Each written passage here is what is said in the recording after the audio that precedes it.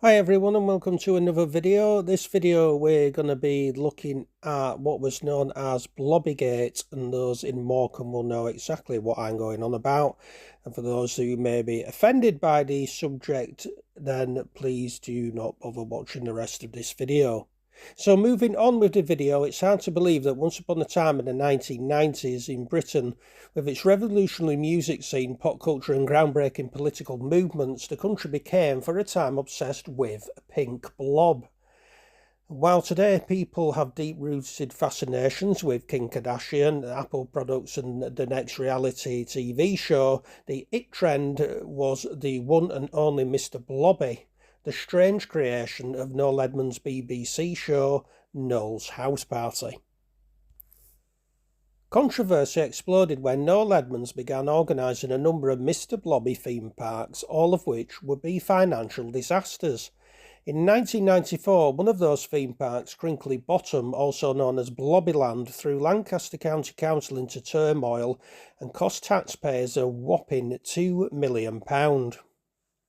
So in this video, and taking extracts from a Lancashire Live article, we will be taking a look at the story of Blobbygate and how the Pink Terror and Noel Edmonds theme park on the grounds of Happy Mount Park in Morecambe was a complete and utter shambles. So on to his origins. Noel's House Party was a staple show of the 1990s. It summed up British pop culture at the time and was ranked alongside later evening viewing such as Don't Forget Your Toothbrush and TFI Friday. Now, to the modern minds, these were kids' TV shows, but for adults, full of radio-like segments, comedy, celebrity appearances, and a party atmosphere. These were the kind of shows that you had a few drinks to before going out and hitting the town. Noel Edmonds' show first aired on November the 23rd, 1990. Set in the fictional village of Crinkly Bottom, it featured the it crowd of British celebrities who posed as residents of the village, including Hello Hello star Vicky Michelle and Are You Being Served actor Frank Thornton. Many of the guest celebrities were subject to pranks through the show's Gotcha segment, which was possibly the first time hidden camera practical jokes had featured on television. Notable victims included Carol Vorderman, the late newsreader Jill Dando, the British sprinter Chris Akabusi, and rock band Status Quo. Noel's House Party was a smash hit, and at its peak, 15 million people tuned in to the Saturday night show. In Series 2, something momentous happened, something that would later change the fate of Morecambe and the Lancaster City Council. A new and rather strange character was introduced to Crinkly Bottom, and that was Mr Blobby, the pink and yellow bulbous humanoid who communicated using only the word blobby. Played by Glasgow native George McGill for a year before Barry Kilby took over, Mr Blobby was the chaos element in Noel's show. A regular in the show's Gotcha segment, most notably when he pranked rugby player Will Carlin. Blobby was like a hurricane of serendipity. Blobby mania seemed to explode out of Mr Blobby's first TV experience in 1992, and it was as though he had been an established and well-loved figure for years. Christmas 1993 saw corporate Britain take full advantage of his rising popularity. Mr Blobby got a UK Christmas #1 with his single Mr Blobby, with the song staying there for 3 weeks. Quite a feat considering it had beaten generally talented contenders like Meat Loaf and Take That to the top spot.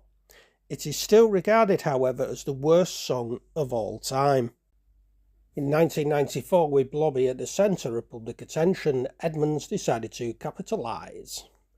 Not content with the estimated £5 million he received as part of his 4-year BBC contract to host the house party, along with Telly Addicts and Telly Years, the presenter wanted to take Blobbymania to the next level.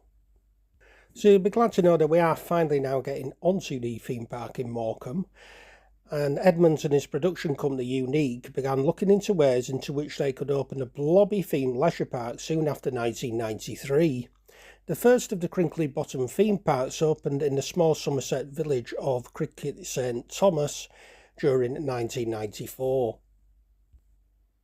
Opening what was, at best, a novelty and gaudy attraction in a quiet and idyllic Grade 1 listed wildlife park was not going down well with Cricket St Thomas residents, and the park was marred by bad publicity in its opening weeks. The quarry that housed Mr Blobby's house and part of the Crinkly Bottom High Street had allegedly been built without full planning permission. Complaints were made following some questionable treatment of the elephants in the wildlife park. Neighbours complained about the excessive noise, and English Heritage were concerned that the image of the Grade 1 listed estate was being spoiled by Blobby attractions. But footfall told a different story. The park welcomed more than 650,000 visitors in its opening season, making it more popular than Buckingham Palace, which had attracted only 420,000 visitors the same year. Obviously convinced by the success of the park in Somerset, Lancashire City Council began cooking up a deal with Unique and Edmonds to bring another Crinkly Bottom theme park to Happy Mount Park in Morecambe. Happy Mount Park opened during the 1920s as an urban municipal park space for families, but councillors obviously believed that it would be served better by putting Morecambe on the map as a home of another Edmonds leisure attraction. In the summer of 1993, Edmonds and Blobby had switched on Morecambe's illuminations, drawing a record 32,000 people to the town, a moment which may have stuck in people's minds as they considered making Blobby a permanent fixture.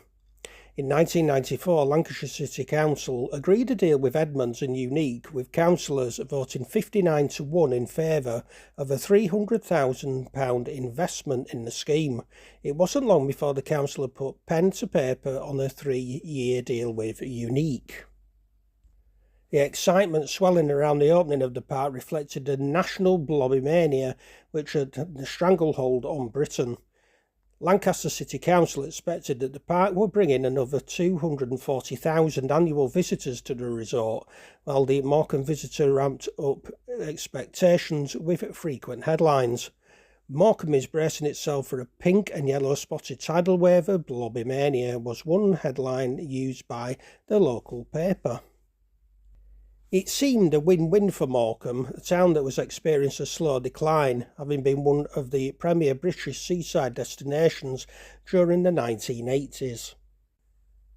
Major outside sponsorship flowed into the project from Mars Chocolate, Fujifilm, and even British Rail, who gave away free advertising by promoting the nearby Bear Lane rail station as Bear Crinkly Bottom. On Saturday, July the 30th, 1994, Noel Edmonds' World of Crinkly Bottom was opened by Edmonds and Mr Blobby in the flesh. Within 2 days, 5,000 people had visited the attraction. By August, that number had reached 50,000 people. Mr Blobby returned to Morecambe on August the 5th to switch on the illuminations for a second year in a row. He was joined by Edmonds, who hosted a live edition of the house party. From the outside, the park seemed like a success. Vouchers for Crinkly Bottom appeared in the Mirror Group papers across England, including the Liverpool Echo, and holiday companies as far south as London were advertising package deals which included a trip to the Morecambe Leisure Park and a stay at Pontins for £90. However, the fortunes of Crinkly Bottom were to have a viciously short shelf life. Complaints began to surface when the park was granted an alcohol licence in August, before the council introduced a cheaper pricing structure for the park, prompting fears that the attraction visitor numbers aims would not be achieved. It was hoped that 250,000 people would visit the park by October, which was now looking like a wildly optimistic aim. Customers bombarded the council and local papers with complaints saying that the park wasn't value for money and there wasn't enough for kids to do. Soon after, a Happy Mount action group opposed Blobbyland, gaining 6,000 signatures on a petition to have it scrapped. On November the 28th, they voted 36-12 to scrap Crinkley Bottom. The leisure park closed after just 13 weeks, sparking national headlines. Definitely unlucky for some. So, on to the scandal and aftermath. Lancashire City Council blamed Unique Group Limited and Edmonds for the disaster. They accused Edmonds of breach of contract, causing them to terminate their agreement and leading to a bitter legal battle between them and the former Deal or No Deal host. Lancaster Council claimed Edmonds had failed to drum up visitors to the park by not making enough appearances in Morecambe, with Blobby in tow. This led to the council actually suing Edmonds for negligence and misrepresentation. It wasn't until 2003 that a report into the park from a district auditor brought more clarity. The district auditor, Clive Portman, found that Lancashire City Council was imprudent, irrational and unlawful in its dealings with Unique and Edmonds. The report showed that it was the council that were in the wrong. They had originally agreed a 60-40 share of the park's income with Unique, as well as a share of sponsorship. It then changed the agreement to offer Unique a fixed fee of £1 million over 3 years, with the council keeping all gate receipts and sponsorship. But when the attraction was hit by poor visitor numbers and sponsorship figures, the park was forced to close. The auditor made it clear that the council had made a mistake when they terminated their contract with Unique and launched their own legal battle. The council's legal case never reached a high court, and they ended up paying the TV presenter £950,000 in damages as part of an out-of-court settlement. The entire scandal cost taxpayers in North Lancashire £2.6 million. Once again, that's £2.6 million. Edmonds' line following the ruling seemed to haunt Morecambe thereafter. He said, "We wanted people investigated because they treated the people of Morecambe out of something very significant. I thought Morecambe was fabulous for shrimps. Now it's notorious for fudge." Morecambe was only the beginning.